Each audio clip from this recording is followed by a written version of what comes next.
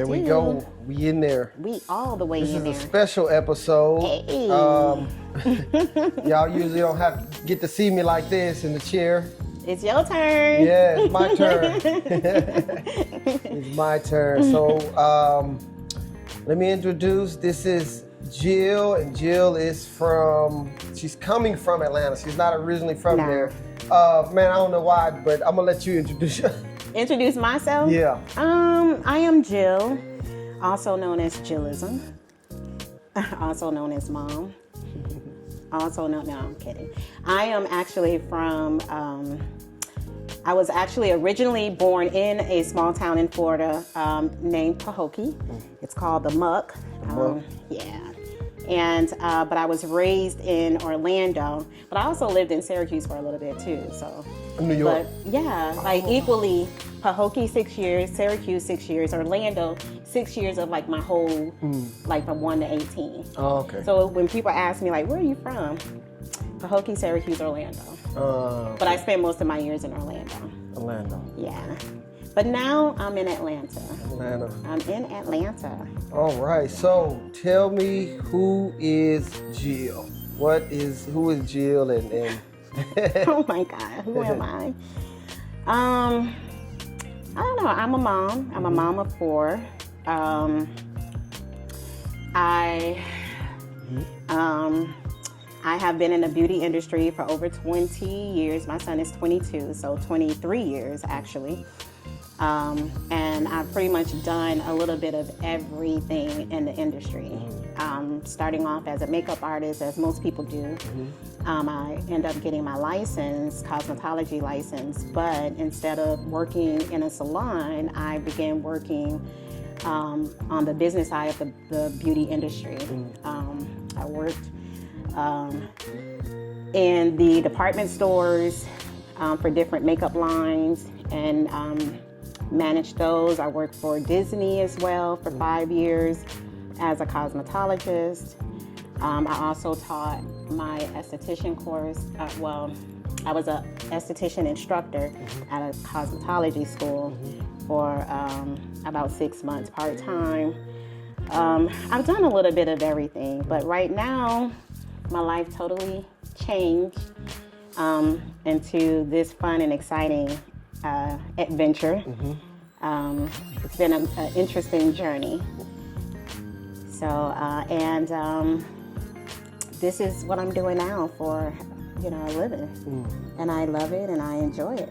So is this page of your life, what have you learned, and I know you've been in beauty since the start, right? But like now, and it's all, it's all hands-on, but with this, I really feel like when you're touching someone's head, you're really, really connecting with them. So what has this taught you since you've been doing this chapter in your life? Oh man, I mean, like, where do you even start? Man. Or what are some of the things that stood out to you that you've learned? I mean, I've learned to, trust yourself, believe in yourself. There are many different talents that we all have, and we really don't know them all in a short time of, living 20, 30 years. Obviously I had this talent all my life, but my journey I had to go through a few things to discover this gift. Right. I started actually crocheting locks when I wanted to wear my own natural hair, and I wanted to start my locks. We all have hidden talents. It's about timing. And I think that, one has to learn patience. Patience is very important. That's another thing. Yeah, I did learn patience. I had to, my transition wasn't easy. When starting this, I was actually a regional sales and education manager for a skincare company. And so I started crocheting blankets for therapy because it was a lot of pressure handling, a large team for the entire state of Florida. Then I was promoted for as the actual educator, but that was like closer to the end. I would say maybe 6 months before. No, I would say a year, 6 months before I started doing this full time. I started crocheting the blankets 6 months. 6 months after crocheting the blankets was when I was laid off. Okay.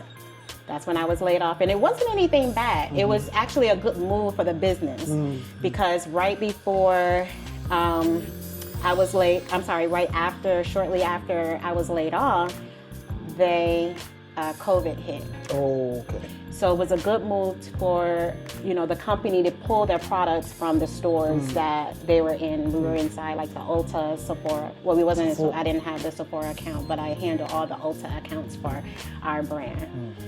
And so they did not renew the contract, and there goes my job.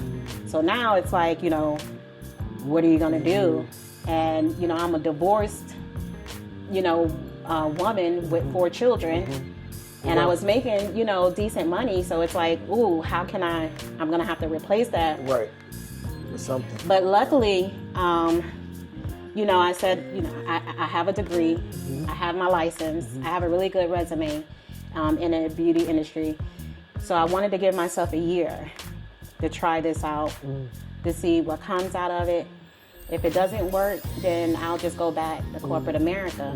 And I just haven't had to return back ever since then. That's a blessing. And everything just started improving and just getting better, and it happened really, really, really fast. Really fast. So I'm very grateful that I trusted myself. Yeah. Because it was hard. That's definitely. It was embarrassing too. And not quite embarrassing, because I know me, and I'm very, I do very well in whatever is in front of me. I'm gonna perfect it because I have a little bit of OCD when it comes to, getting any job done. Right.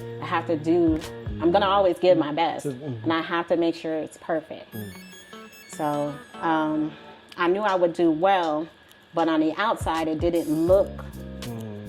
It was like Jill is going through a midlife crisis. Right. But they say we are our biggest critic. Oh, yeah. Right? Definitely. So I have a small story where this was probably from 2012 to about 2014. Believe it or not, I was bodybuilding. Like I was really in depth. Really? And wow. I say right now I'm probably about 185, but back then I was maybe like 205. Oh, wow. Yeah. Okay. And so I'd always look in the mirror and be like, man, this don't look, like how I want it, or like I don't look how I want yet, but other people would see and they were like, wow, bro, you massive, you done got huge, you know what I mean? And I think I'm still this little scrawny, because when I started, I was probably like $150 or $140, I was small. Oh, wow. And it all started when I was still in the Navy, and I was at work, and I looked at myself in the mirror, and I was like, man, I'm not liking what I see. And there was this guy that worked, with me. Shout out to Robert, man, Robinson. Arthur Robinson, man, this guy, he was, at the time, I think Arthur was maybe like going into his 40s, but this dude looks like he's just swole. And I asked him, I was like, man, how'd you get like that? What I gotta do? And he said, meet me at the gym at 4 o'clock. And after that, it was hard for sure, but I got to, it was discipline. And he always used to tell me, man, going to the gym is easy. It's the dieting part that's hard. Yeah. That's really hard. But I stuck with it. I was patient, and I got to where I wanted to be, and it's all thanks to him. And to this day we talk every now and then, but it's just like going back to what I said that to say is, we are our biggest critic. I know I am, for sure. I think it's good though. I mean, because you got to stay sharp. Oh yeah, 100%. You know, I believe in that. Yep. It's another reason why I love to sleep. Yeah. Oh yeah. Oh yeah. Sleep is brain food. Oh man, what? I enjoy it, man. And I sleep through anything. I can sleep. Listen, I think, and that's probably because of the Navy, because I can sleep anywhere. Anywhere. I done found myself sleeping standing up. Oh wow, that's dangerous. I don't think I've ever done that. Oh man. But yesterday I did fall asleep on the subway last night. You know my phone died last night. Oh, it did? But luckily, like I was able, like I remember, I was on the last train, so I remember how to get back. So I knew like once I got off the train, my hotel would be right there. So, you know, I'd be fine. Yeah. That's good that it worked out, because I was a bit worried. I was like, man, I ain't heard nothing. And wonder where you was at. When you said you was in Shibuya, I was like, oh yeah, she having a blast. Oh yeah, I mean, it was, actually I ended up it was nice. It was great to sightsee. Like I said, I'm not really a shopper. I don't like to shop, and I really don't like being around a lot of people. Right, I remember. But, so closer to the end, it was like, okay, I'm done with this. Like I'm ready to go. But it was nice to actually be out in the city, sightseeing, just seeing new things that we don't normally see in the States. You know, I like to people watch, so I was doing that. Right. It's interesting, right? Oh yeah. Because I like doing that too. I'm like, man, I wonder where they're from or what they're doing. It's funny. The things that people do when they don't think no one's looking. Yeah, right? Yeah. But yeah, I had a good time. I always have a good time when I'm here though. That's good. Yeah, Japan is different. It's different. It's super different. Yeah, it is. And it never ceases to amaze me. And now that tourism is like at an all-time high, you know, it's always fun to go out and just see, you know, how people react or you know, their expression when they see like Shibuya or you know, a huge place like that. It's interesting. I mean, it's almost overwhelming because it's just so much stuff. Right, it is. You know, and I'm a detailed person, so I like to appreciate everything. Right. You know, it's so that's when it's sure. Very. Yeah. So that's why it could be a little overwhelming. It's like, okay, I'm done. I can't take it anymore. Overstimulate, yeah. Can do it in doses. I've been here a very long time, and it's coming up on 2 decades, and I still hadn't seen everything. You know? What? That's crazy. Yeah, but I think it's impossible, to be honest with you, because it's always something new coming. Right. Something new here, there, this exhibit or this, you know. That's good though. Yeah. I like that. So when I tell people, like, if you come here, you'll never be bored. Yeah, you won't. No, You'll won't. never be bored. Nope. If you're bored, that's because you're a boring person. That's your fault. Because, I mean, it's so much to do. And then on top of that, it's safe. Exactly. I was talking to somebody the other day, and they were like, yeah, we went exercising, we went out running at 2 a.m. And it was, you know. I want to try that. Yeah. You ain't got to worry about, you know, nobody. But I wanted to circle back. I wanted to circle back to our conversation about, you know, when I began doing this back in 2019. Right. I always, well, now I wonder, you know,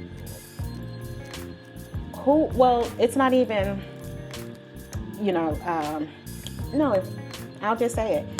Like, who would have been doing Shabuzi's hair? Right.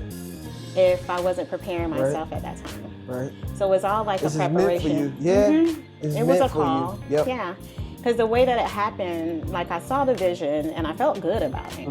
You know, even with the naysayers out there, you know, everyone's like questioning, like, you know, what you doing? Are you good? Are you, you know? I was very sure about the direction I was going into.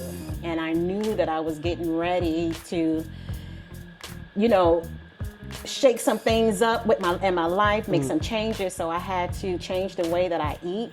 I wanted to change the way that I eat, so I can just strengthen myself inside, my inner self, and learn more about myself. So that's why I really wanted to just go natural and just kind of just tap in, just go in.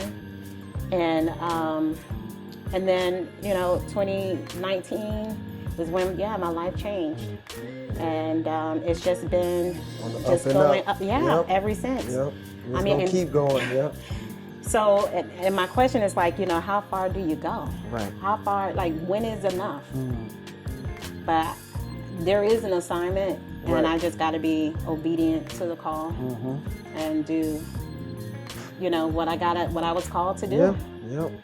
So, but I'm very grateful. And it's not even just, with Shabuzi, but it's like with you guys. I always say this, it is a, part of my vision that we were getting ready to enter into the dynasty era. History always repeats itself. Right. So this is the part of the history that's repeating itself, where we're returning back to the dynasty era. So, and this is where, having thicker locks,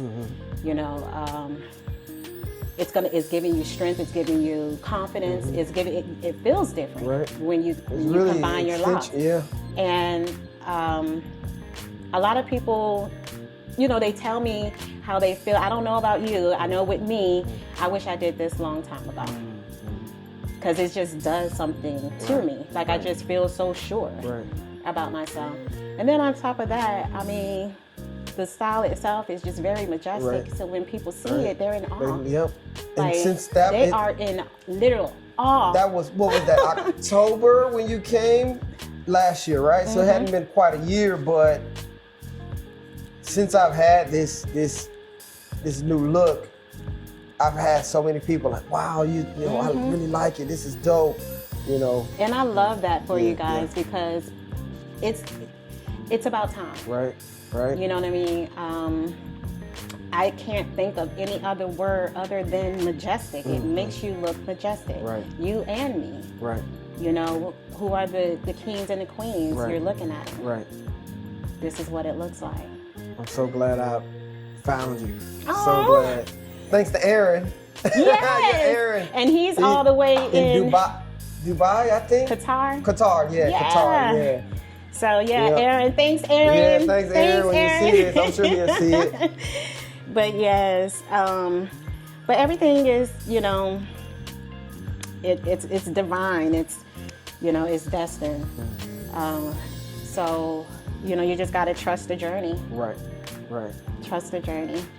And I'm excited to see what's going to happen here in Japan because there's a reason why I'm here and I'm coming back. Yep. So it is.